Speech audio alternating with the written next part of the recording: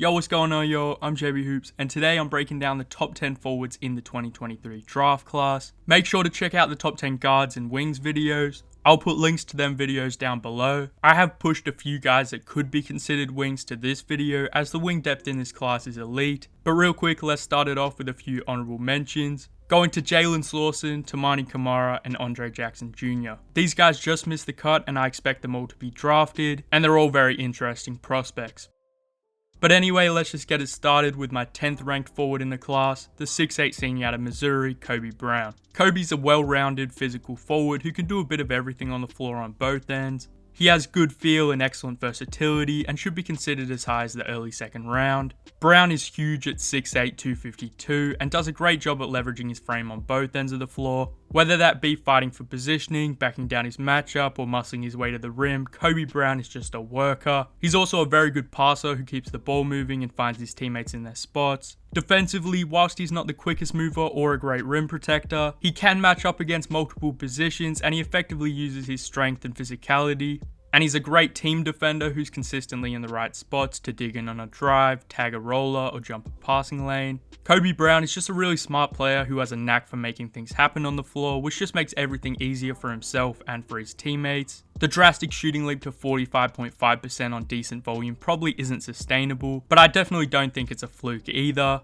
He has soft touch, a confident stroke, and comfortably knocks down both open and contested looks. Kobe Brown's skill set will allow him to contribute to an NBA team very quickly, and for that reason he should garner a lot of interest from competitive teams in the early to mid second round. Next up at 9, I have Olivier Maxence Prosper, the 6'8 junior out of Marquette.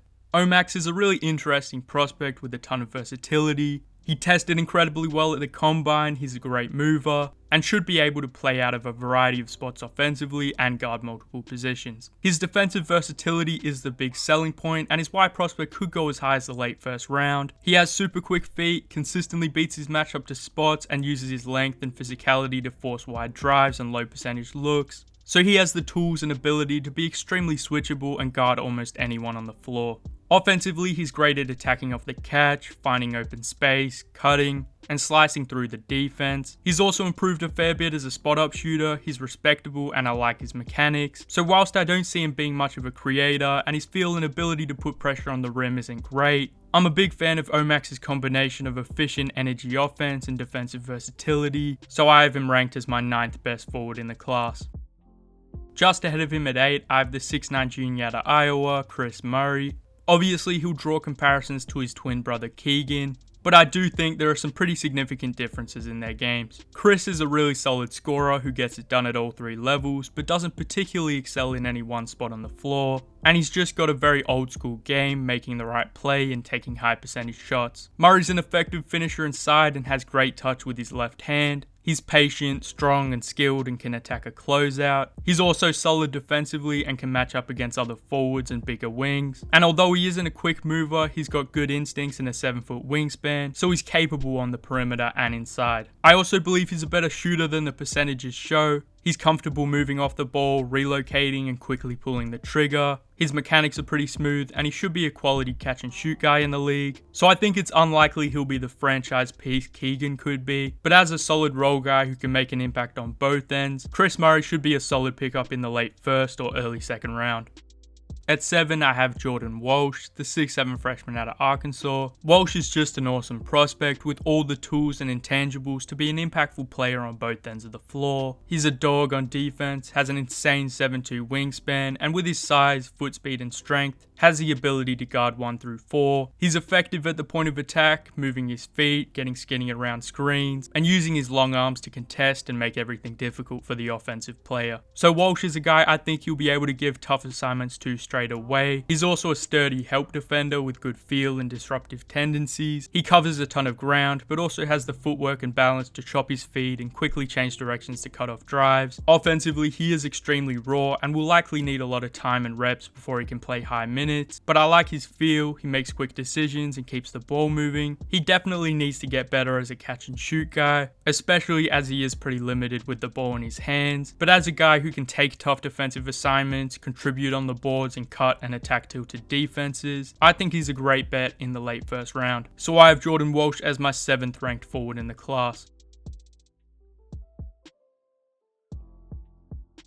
Now there's definitely a big jump to my top 6 guys, which I would be fine with taking any of them in the lottery, but at 6 I have Leonard Miller, the 6'10 forward out of the G League Ignite. Miller's a huge, mobile, modern forward who really does a bit of everything on both ends. He performed at a high level against pros as a raw prospect, and his decision to withdraw from last year's draft to join the Ignite really worked out for him as he improved in almost every area of the game. Miller's a really strong play finisher with great touch around the rim. He runs the floor well, can post up smaller defenders, cut, play in the dunker spot, or play both roles in the pick and roll, handle and drive. And he's just an extremely skilled and versatile scorer in both the half court and transition. Miller's really comfortable handling the rock, and you'll see this a lot with his ability to grab and go off the glass, push the pace, and take advantage of his size and speed in transition. Leonard Miller can also attack a closeout and make a play, but the decision making is pretty shaky. He can make some impressive passes, but he'll also just miss a fair few reads, lose the ball, or get caught in two minds, so I don't think that'll really be his role in the league. He also has some work to do defensively with his technique, discipline and awareness, but he's got fluid hips and moves well, and has the size, strength and length to guard multiple positions. The biggest area for improvement will be his jump shot. At the moment his shot is just ugly and will need a lot of work. I do really trust his touch, but with his slow and wonky mechanics, he's gonna get dared to shoot. He'll probably be able to knock them down at a decent clip, but he's still definitely got a long way to go as a shooter. But as a versatile play finishing forward who can handle, create a bit, and make an impact defensively, Leonard Miller is a very intriguing prospect. Next up at 5, I have Taylor Hendricks, the 6'9 freshman out of UCF. The gap between 3 and 5 on this list is minute, and Taylor Hendricks had an incredible freshman season as one of the best 3-and-D guys in the class. At a legit 6'9 with a 7'1 wingspan, so will definitely have a ton of suitors in the lottery. He has a pure stroke with no wasted movement and a quick and high release. He's comfortable shooting on the move and off abnormal footwork combinations. He has great touch, drained 39.4% of his catch and shoot looks, and isn't fazed by contests, so should be great at shooting off of pick and pops, flare screens and spotting up in the corners. And although his lower half is very inconsistent, I trust Hendricks will be a very good shooter at the NBA level. Hendo can also attack a closeout, hit a pull-up midi, or get all the way to the rim. He has soft touch on floaters and hooks around the basket. He's deceptively strong and a good vertical spacer as well. Taylor Hendricks also has the potential to be elite defensively, guarding multiple positions, locking up on switches, and providing secondary rim protection. He's an extremely good lateral mover at his size with fluid hips and awesome reaction speed. Taylor uses his length really well, is good with angles, and has quick hands, so I really think he has a strong case as the best defender in the class, but he also has his struggles on that end. His handle limits what he can do with the ball, and he doesn't possess the burst or strength to consistently create separation or beat defenders, which is why I'm not as high on him as some. But in a primarily off-ball role, I think Taylor Hendricks can become a high-end starter who makes a difference on both ends of the floor. He's a lock to go in the lottery and has a very valuable skill set, but for now I have Taylor Hendricks as my 5th ranked forward in the class. Coming in at 4, I have G.G. Jackson II, the 6'9 freshman out of South Carolina. I'm extremely high on G.G. Jackson. He probably had the worst context of any prospect as the youngest guy in the class, but he still showcased his unreal handle and shot creation upside at 6'9, as well as his developing 3-point shot and off-ball smarts. He might take a while to develop into a high-minute guy and will require a lot of trust and development in the league, but I love his handle and shot creation upside. He has a deep bag, smooth mechanics and soft touch, and was able to get buckets in a really poorly spaced system. GG is also awesome off the ball, cutting, attacking closeouts and coming off screens, and I think he can make an impact with his size and strength as well, and play out of every spot on the floor. Jackson's rapidly developed as a shooter. He has a super smooth stroke, knocks down open looks and has pretty deep range. Defensively he was extremely inconsistent, but he had some impressive moments moving his feet at the point of attack and rotating to protect the rim, but he will need to improve to stay on the floor. Another area he'll need to improve to receive more on-ball reps is his field and tunnel vision. GG got a lot of high post and ISO possessions that he probably won't receive in the NBA, and the defensive attention he drew as the youngest guy in the class was pretty wild. So I don't think it's really fair to just look at the percentages and turnovers and say he's an inefficient and ineffective player. Yes, he's raw and has a long way to go, but the flashes of elite shot making, handling and defensive upside should intrigue teams in the late lottery that can afford to swing on a high upside talent like G.G. Jackson II.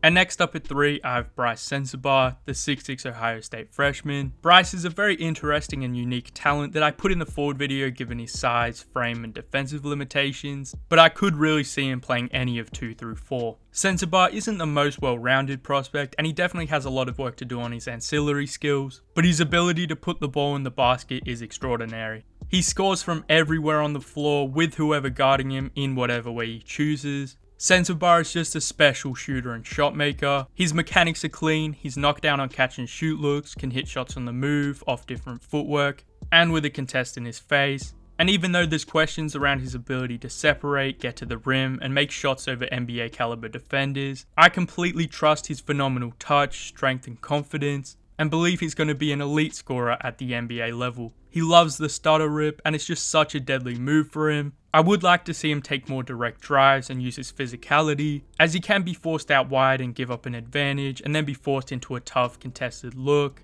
But I do think Brice improved a fair bit over the course of the season as a passer. He has his warts for sure. He can get tunnel vision, make poor decisions, or be slow to make a read. But he is definitely capable of creating for others. But his playmaking will have to improve for him to act as a high usage guy. Defensively, I think his strength and physicality will help him match up against forwards. Using his strong chest to stay square and in front of his matchup and fight in the post. He can also be a bit heavy-footed at times, but I don't think his defensive struggles are entirely due to physical limitations, more so poor technique, discipline and effort, partially due to an extremely high offensive load. But overall, I think Brice's shot making and shooting talent is undeniably great, and the weaker parts of his game can definitely be smoothed out. So I have Brice Sensabaugh as my 3rd ranked forward in the class and a top 10 overall prospect. Coming in at 2, I have Jarace Walker, the 6'8" freshman out of Houston. Jarace is a fantastic prospect with a great shot at being a top 5 pick later this week. He's great defensively at 6'8", 250 with a 7'3" wingspan. He's pretty mobile, strong, and he's at his best in help. He covers a ton of ground, has good footwork and balance on closeouts, and is really effective as a low man and secondary rim protector. Given his great timing, reaction speed, and ball tracking ability, Walker isn't super quick at the point of attack and gets blown by a bit easier than you'd like, but technically he's very good and his recovery ability is great. He's also pretty mobile, so should hold up on switches and be able to make things harder for bigger creators. On offense, Jarace Walker can do a bit of everything. He can play either role in the pick and roll, crash the glass, run the floor, attack a closeout, drain spot up threes, and create a little off the dribble. He has the athleticism and size to get to the rim, roll, and finish through and over defenders. However, he can settle for a lot of floaters and pull-ups, which he is great at, and his touch is amazing, but he does need to be more assertive at the next level. Jarace is also an awesome passer, especially out of the short roll. He has great vision and feel, and I'd love to see his passing utilized more at the next level. Jarace Walker is a super versatile two-way player with great feel, and with his physical tools and skill set, could be a franchise piece for whoever drafts him. So I have Jarace Walker as my 2nd best forward in the class. So my number 1 forward in the class is the 6'7" freshman out of Villanova, Cam Whitmore. Cam's a freak athlete with a huge frame whilst being one of the youngest prospects in the class. He's a dominant driver and advantage creator with his combination of burst, power and strength. His speed is also incredible, and he's got the touch and body control to finish around, through and over defenders inside. His handle still has a ways to go, but has improved quite a bit over the last year and is at least functional. He also possesses some impressive craft and ingenuity, busting out hop steps, euros, deceleration and early pickups. So Whitmore is already a really incredible driver with tons of room to grow. Cam's also drastically improved as a shooter. He's a legit catch and shoot threat and has great footwork to balance himself and get his shot off. And his shooting will be vital for his effectiveness in the half court. He definitely has some things to clean up on the defensive end with his ball watching and overall discipline, but the flashes both on the ball and rotating and protecting the rim were incredible. So I completely believe Cam can be a real difference maker on both ends of the floor. Whitmore also needs to improve as a passer and decision maker. Definitely capable of making good reads and setting up his teammates, but he's just far too inconsistent, and the tunnel vision and processing speed can be a hindrance. But in totality, I believe Cam Whitmore is a phenomenal prospect with the potential to be a two-way star in the league. So I have Cam Whitmore as my best college prospect and best forward in the draft. Alright, that's all I got for this one. Make sure to leave a like and subscribe for more. Also comment down below. I'll make sure to reply. I'll have my final mock draft the morning of the draft US time. So that'll be Thursday night for whoever's in Australia. But anyway, I appreciate all the support. We're nearly at 1800, so I like to get it before the draft. But anyway, that's all I got. JB Hoops